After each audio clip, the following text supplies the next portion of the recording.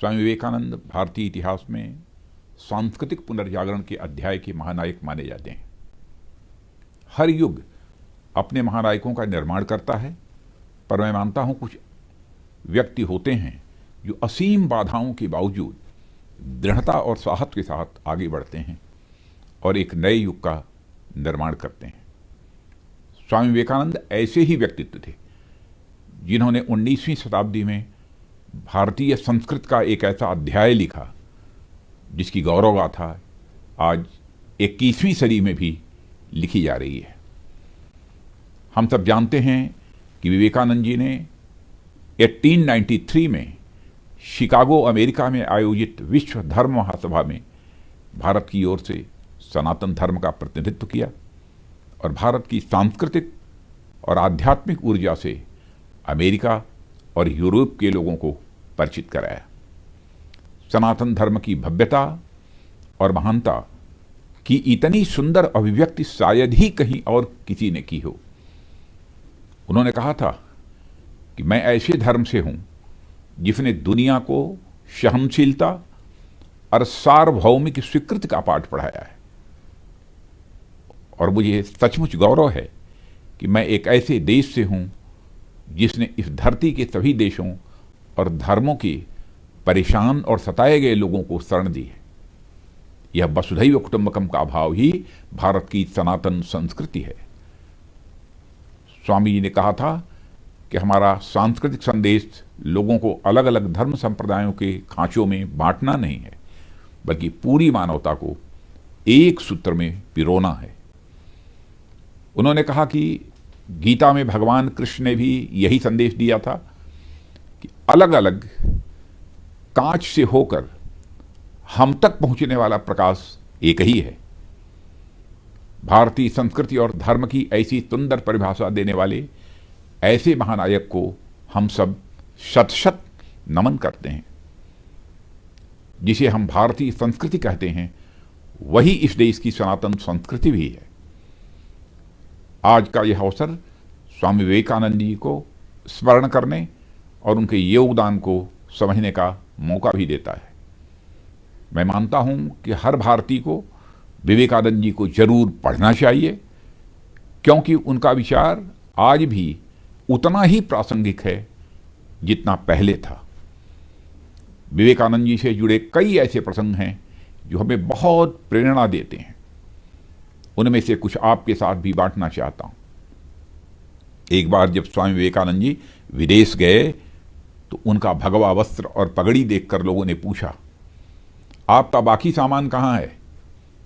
स्वामी जी बोले, बस यही सामान है। तो कुछ लोगों ने व्यंग किया, कह रही है कैसी संस्कृति है आपकी, तन पर केवल भगवा चादर लपेटे रखी है, कोट पतलून जैसी भी पहनावा नहीं है। इस पर स्वामी विवेकानंद जी मुस्कुराए और बोले, हमारी संस्कृति आपकी संस्कृति से भिन्न है। उन्होंने कहा, महोदय, in your country tailor makes the man, but in our country character makes the man. Swami Vivekananda से जुड़ा एक और प्रसंग मुझे याद आता है जो कि आज के भारत के संदर्भ में काफी प्रासंगिक है। एक बार स्वामी विवेकानंद जी विदेश गए जहां उनके स्वागत के लिए कई लोग आए हुए थे। उन लोगों ने स्वामी विवेकानंद की तरफ हाथ मिलाने के लिए हाथ बढ़ाया और अंग्रेजी में हेलो कहा, जिसके जवाब में स्वामी जी ने दोनों हाथ जोड़कर नमस्ते कहा।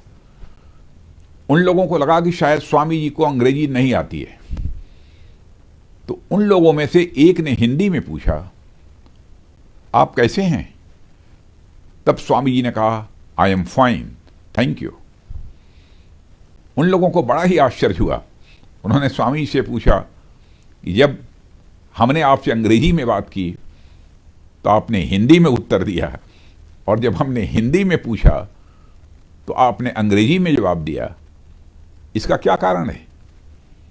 तब स्वामी जी ने कहा, जब आप अपनी मां का सम्मान कर रहे थे तब मैं अपनी मां का सम्मान कर रहा था, और जब आपने मेरी मां का सम्मान किया तब मैंने आपकी मां का भी सम्मान किया।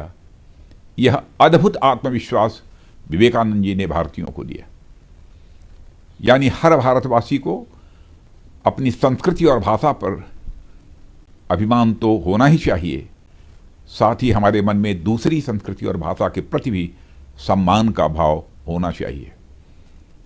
आज जब हम प्रधानमंत्री श्री नरेंद्र मोदी के नेतृत्व में एक सुंदर, समृद्ध, सक्षम और आत्मविश्वास से भरे भारत के सपने को पूरा करने की दिशा में काम कर रहे हैं, तो उसमें हर भारतवासी और विशेष रूप से युवाओं का अहम योगदान होगा। और मैं मानता हूं स्वामी विवेकानंद के जीवन से बड़ा प्रेरणा सोर्स ऑफ इंस्पिरेशन उनके लिए कुछ नहीं हो सकता।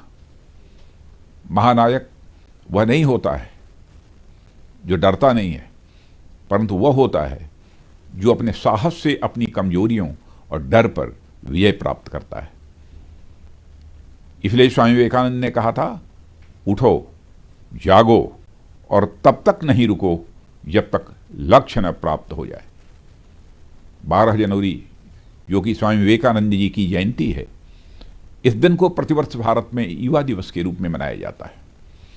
मैं मानता हूं कि युवा दिवस मनाने के लिए इससे उपयुक्त दिन और कोई हो भी नहीं सकता था, क्योंकि स्वामी जी सही मायनों में भारत के पहले ग्लोबल यूथ थे, जिनका प्रभाव देश और विदेश दोनों जगह महसूस किया गया।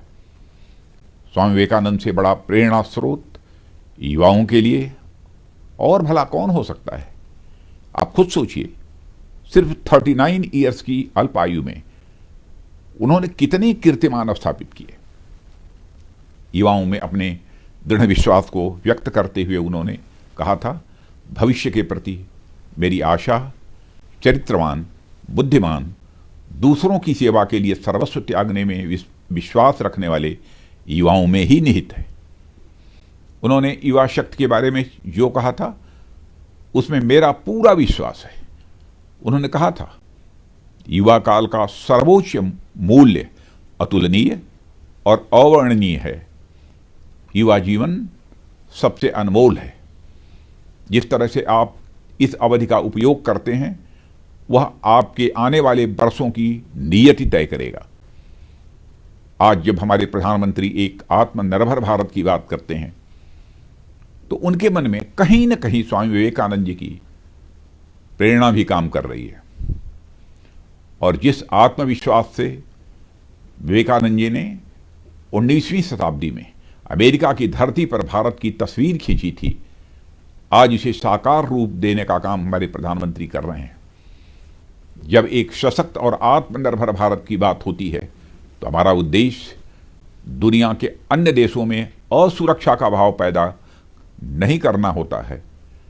भारत की आत्मनिर्भरता में विश्वास का भी विकास और कल्याण शामिल है।